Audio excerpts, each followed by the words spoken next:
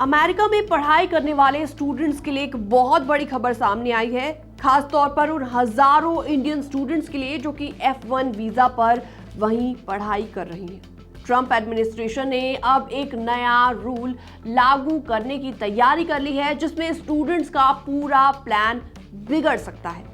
क्या है पूरा मैटर, चलिए आपको सब कुछ डिटेल में बताते हैं। हेलो एंड वेलकम, मैं हूं आपके साथ प्रेरणा कौशिक और आप देख रहे हैं एनबीटी इंटरनेशनल। तो दरअसल अभी तक सिस्टम ये था कि अगर कोई भी इंटरनेशनल स्टूडेंट अमेरिका में पढ़ाई करने जाता था तो उसका F1 वीजा पूरी पढ़ाई की अवधि यानी कि कोर्स खत्म होने तक वैलिड रहता था।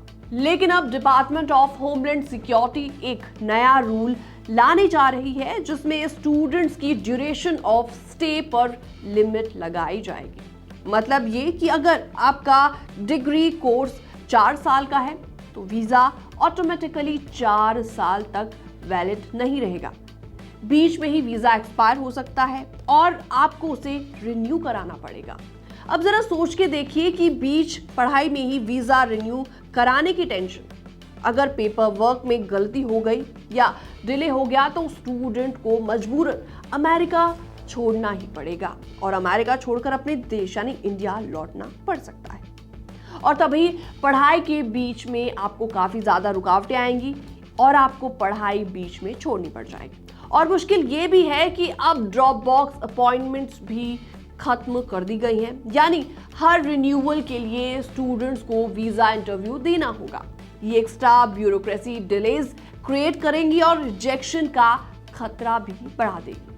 यूनिवर्सिटी ने भी इस रूल का विरोध किया है। उनका कहना है कि इंटरनेशनल स्टूडेंट्स, खासतौर पर इंडियन स्टूडेंट्स, उनकी इकोनॉमी का अहम हिस्सा है, क्योंकि ये स्टूडेंट्स फुल ट्यूशन फीस देते हैं और रिसर्च वर्क में भी कंट्रीब्यूट करते हैं।